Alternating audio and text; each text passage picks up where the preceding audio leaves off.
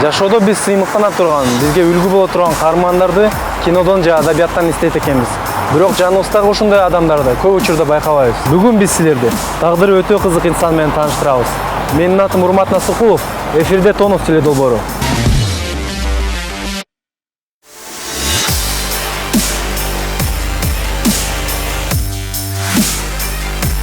Бүгүнкү биздин каармандын аты Эсен Калиев. Ал азыркы учурда пауэрлифтинг боюнча мелдешке даярдык берип турган кези.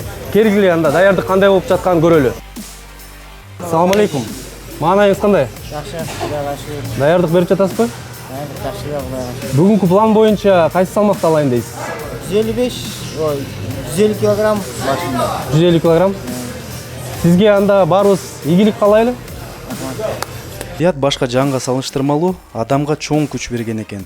Бирок ал кара күчтөн ашып түшөр, адамдын кубатын башкарып турар, анын дымагында экенин спорттун эл аралык класстагы чебери Эсен Калиевдин мисалында көрсөк болот. Табият анын аягын кемитип койгону менен эки ийнине канат бүткөрүп койгондой, биздин каармандын тагдырында өзгөчө кылган экен. Турмушта баарынан кыйыны өзүңдү өзүң жеңүү дешет. Эсен ошол жеңгендердин бири. Ал өз турмушун темирдей тартипке салган. Күнүгө таңкы саат 6-да турат. Сөзсүз көнүгүү жасайт. Саат 8-ден кечки 6-га чейин белгилүү бир компанияда сатуучу болуп иштейт. Жумуштан кийин жашаган жерине Олимпиадалык резерв мектебине кайтат. Ал башка 5-6 спортчу сыяктуу машыккан жеринде жашаганга мажбур. Анын бул жерде үй бүлөсү, чогуу машыккан жолдоштору жана машыктыруучусу Аднан Жабраилов. Бүгүн Эсен спортсуз жашоосун элестете албайт. Ал пауэрлифтинг боюнча Кыргызстандын 16 жолку чемпиону, 10 жолу республиканын штанганы жатып түртүү боюнча рекордун койгон. 2012-жылы өткөн Лондон Олимпиадасынын катышуучусу. Мындай ийгиликке жетүү үчүн Эсен далай жолду басып өткөн. Эч качан тамеки тарткан эмес, арак ичкен эмес. Өз денесин камырда жууруп, кайышта ыйлеп, табияттан тубаса кемчилдикти туруктуулугу, күжүрмөн эмгеги менен жеңип келе атат. Эсен элибиз сыймыктанган мыкты спортчу, миңдеген жаштар үлгү ала турган инсан, биздин замандын чыныгы каарманы.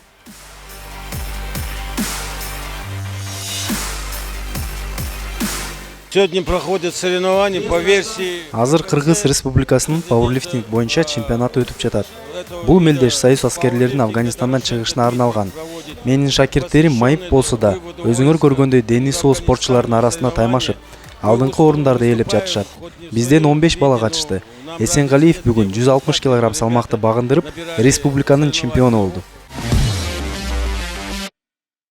Вот в этом зале ребята тренируются. Олимпиадалык резервдин мектебинде турабыз. Бул жерде менин шакирттерим машыгат да, ушул жерде да жашайт. Мына, бул биздин кичине ашканабыз. Жигиттер өздөрү тамак даярдашат. Мындан ары жатаканабыз бар. Бул бөлмөдө 2 спортчу жашайт. Бул жакта болсо 4 спортчубуз жатат. Колдон келишинче ушундай шарттарды түзүп бердик. Вот для них такие я, что мог, условия сделал. Биз азыр Олимпиадалык резервдин мектебиндеги машыгуучу жайында турабыз. Биздин жаныбызда биздин чемпион Эсен Калиев турат. Азыр болсо Эсен бизге машыгуу кандай өтөт экенин айтып берет. Эсен, айтып берсеңиз, силердин машыгууңар эмнеден башталат? Биринчиден тренировкага келип машыгып баштагандан баштап денелерди жибитип, Ошондо кайсы көнүгүүлөр менен жибитесиз? колдорду жибитип, мынтип Чойлуп, чоюп, жакшыраак баягы мышцы калбаш үчүн да, айрылып кетпеш үчүн. Булчуңдар айрылып кетпеш үчүн, Анан могу чыканактарды, сөктөрдү жакшыраак жибитип, мынтип билектерди, Анткени биз бүгүн эмне кылабыз? Штанга көтөрөбүз. Штанга көтөрөбүз да. Могу эмелер дагы жакшыраак иштеш керек. Анткени бул нагрузка келгенде сынып кетпеш үчүн жакшы жибисе, тренировкада жеңилирээк болот да. Штанга түрткөн койчу. Ошондо орто эсеп менен силер канча мүнөттөй чойлуп денени жибитесиңер? Денени жибитиш үчүн бир 5-10 мүнөт жетиштүү, жетиштүү.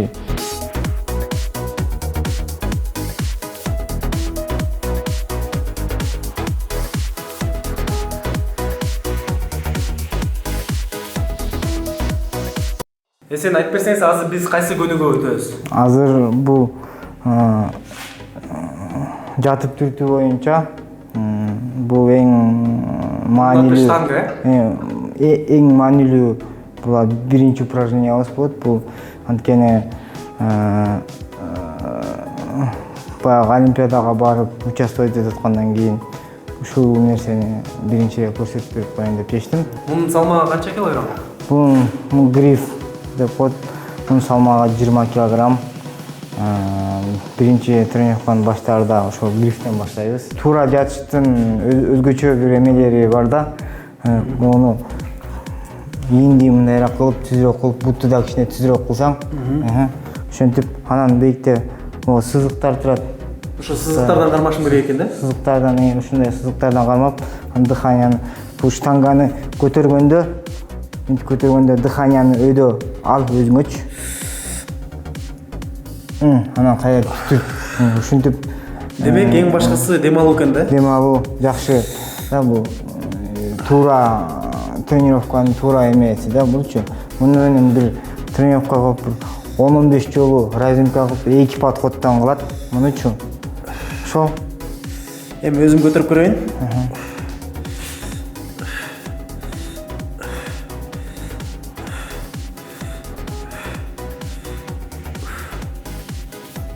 Акырын коебуз муну. Акырын коебуз. Ошо анын кийинкиси ошол 50 килограммды илип баштай берсек. 50 килограммдан кочсок болот. Анткени Шагыра 50 килограммдан мен көтөрө албайм эми. Шагыра. Жок, 50 килограмм. Бул мындай да, ар кимдин көлөмүнө жараша болот да. Мени элестетсеңиз, мен машыгуучу жайына биринчи жолу келдим. Грифти, бош грифти көтөргөндөн кийин канча килограммдан кошушум керек? Үстүнө бир 10-15 килограммдан кошуп, байкап көрүп эмесиңер болот. Темине досторун да 10 килограммдан кошуп көтөрүп көрөлү. Эмарк строй курган батирлер бул жаңы коммуникациялар, заманбап жабдыктар жана технологиялар, ыңгайлуу планировка жана кенен аян. Үнү чыкпаган лифттер, ыңгайлуу шарттары бар жана кайтарылуучу территория. Тышкы жарыктар жана фасадты жылуулоо. Кичинекей балдар ойноочу аян. Автомашина коюучу жай. Өнүккөн инфраструктура. Коопсуздук. Биз сиздер үчүн жана сиздин балдарыңыз үчүн сапаттуу үйлөрдү курабыз. Мына достор, бул грифтин салмагы азыр 20 килограмм экен. Биз дагы азыркы учурда 10 килограммдан кошобуз, туурабы? Да, 10 килограммдан кошкула, балдар. Анткени бул жаңы келип машыгып аткан бала.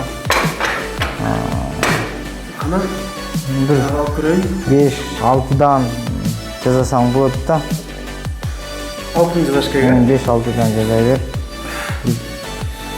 Туура эле жазып жатамбы?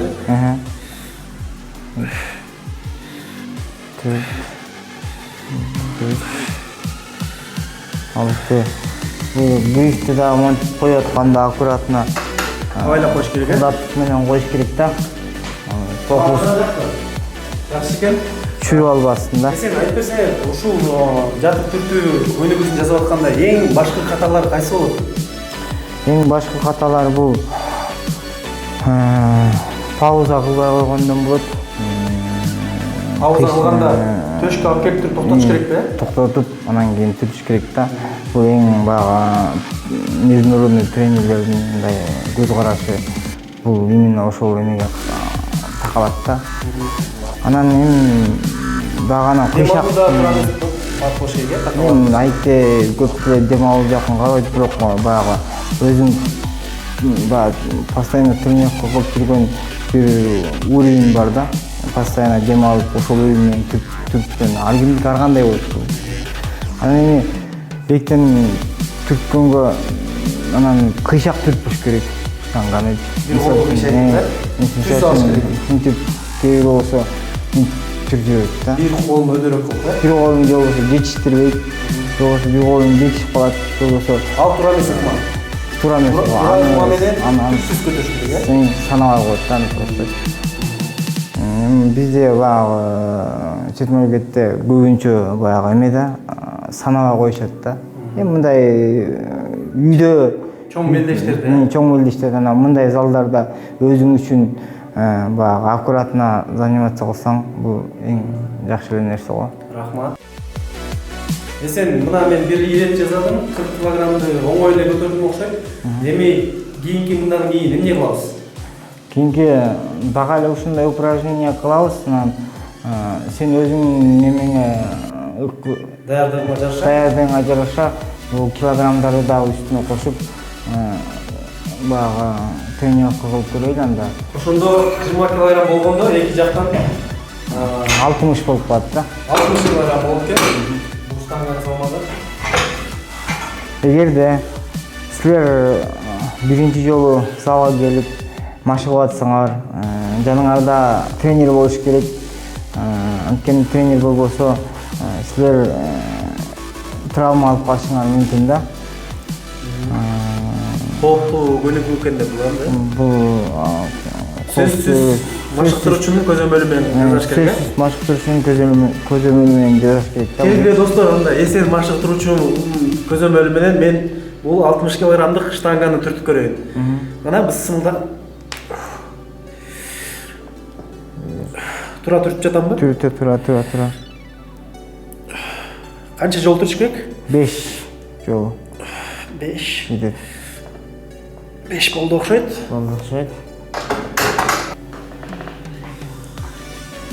Бүгүнкү бул көнүгүү жетишет окшойт. Эми экисине өтүп көрөлү. Мына урматтуу телекөрүүчүлөр, азыр биз жатып түртүү деген көнүгүүдөн башка көнүгүүгө өттүк. Эсен айтып берсеңиз, бул көнүгүүнүн аты эмне жана кайсы булчуңдарга иштейт? Урмат, мына бул көрүп атасың, бул 12 килограмм гантель. Муну болсо мен кандай кылыштын ыкмасын көрсөтүп берейин. Бул бицепс качать этип атабыз. Бицепс деген бул булчуң, Булчуң, ички булчуң көрсөтөбүз. Анан бул чыканакты бутка такап, акырын ылдый чүрүп өзүңө тартасың да. Мынтипчи. Шашпай жасаш керек. Шашпай өз ирети менен канчалык туура кылган сайын ошончолук жакшы мышцалар иштеп жакшы пайдасын берет да. Бир көтөргөндө канча жолу көтөрөбүз? Бир көтөргөндө 8 жолу көтөрүп, бир 3-4 рет кылабыз. Оң жана сол кол менен алмаштырып, 3 мүнөттөн. 3 мүнөттөн эс алып кыласыңар. Бул баягы өзүңө мынтип күч келтирип, ички органдарга күч келип калыштын ыкмасы да 3 мүнөт жасалгандыкчы. Мына достор, силердин да булчуңар эсендикинде чоң болушуңар кааласа, анда сөзсүз залга келгиле. Урмат, пауэрлифтинг менен бүгүн машыктык сага жактыбы? Чынын айтса достор, мага бүгүнкү машыгуу күнү өзгөчө жакты. Ал үчүн сизге Эсен байке чоң рахмат. Пауэрлифтинг бул чыныгы жакшы спорт экен. Ар бир көрүүчүгө кеңеш берет элем. Бул спорт менен сөзсүз машык кылам.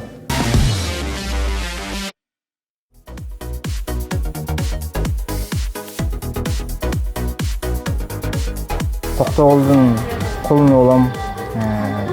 1983 жылы туулгам, толук айылында.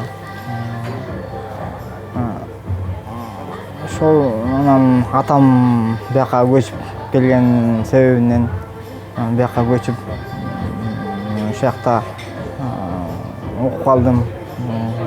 Кара Балта шаарында, Панфиловка айылында, спецшкола интернатында. Анан ошол жакты 9-класска чейин бүтүрүп, финансовый техникага келип тапшырып, 99-2000 жылы тапшырдым. Финансовый техникумду окуп атканда, ал убакта зачетка болуп атканда, анан баягы экзамендер бүтүп, аябай чарчап, анан ушундай бир көңүл жок келаткам негизи. Анан ошо остановкага отуруп, эметип отурсам эле аркамдан бир 50-55ке чыккан бир киши келди да. Келип эле тренировка кыласың деп колдоруман кармалап эле мынтипчи. Анан бул эмне болуп атат деп ойлодум да негизичи. Анан сен тренировка кыласыңбы деп менчи. Анан кийин эмне үчүн эмне кандай тренировка кылмак элем деген ой кетти менде негизичи. Мына могу жакын арада эле жакын эле басып барып тренировка кылып көрбөйсүңбү? Бүгүн просто жөн эле залды кирип көр деп атат да менчи. Эми мындай чакырып атса барып коеюн деп бардым. Барып 50 килограмм килип эметип штанганы түртүп көрдүм. Анан түртүп көргөндөн кийин эме дейт, сенден бирдеке чыгат, сен тренировка кылышың керек экен, результат өстүрүп, чет мамлекетке чыгып, кыргыздын желегин көтөрүп деп айтты да. Анан мен да мынтип ойлонуп туруп, мындай возможность башка болбойт болуш керек деп ойлодум да негизичи. Анан ойлонуп туруп макул дедим. Спорт бул мен үчүн өтө кыйынчылык менен келген. Анан мынча барьердин баарын өтүп, мынча результаттардын баарын көрсөтүп алып, мен тыштап койгум келбейт да. Буга мындай карап турсаң, жеткени да бар, жеткени да арманда да. Мен майыптыгымды унуттурду да. Көп адамдардан, даже со адамдардан даже айырмаланып турам деп эсептей алсам болот. Анткени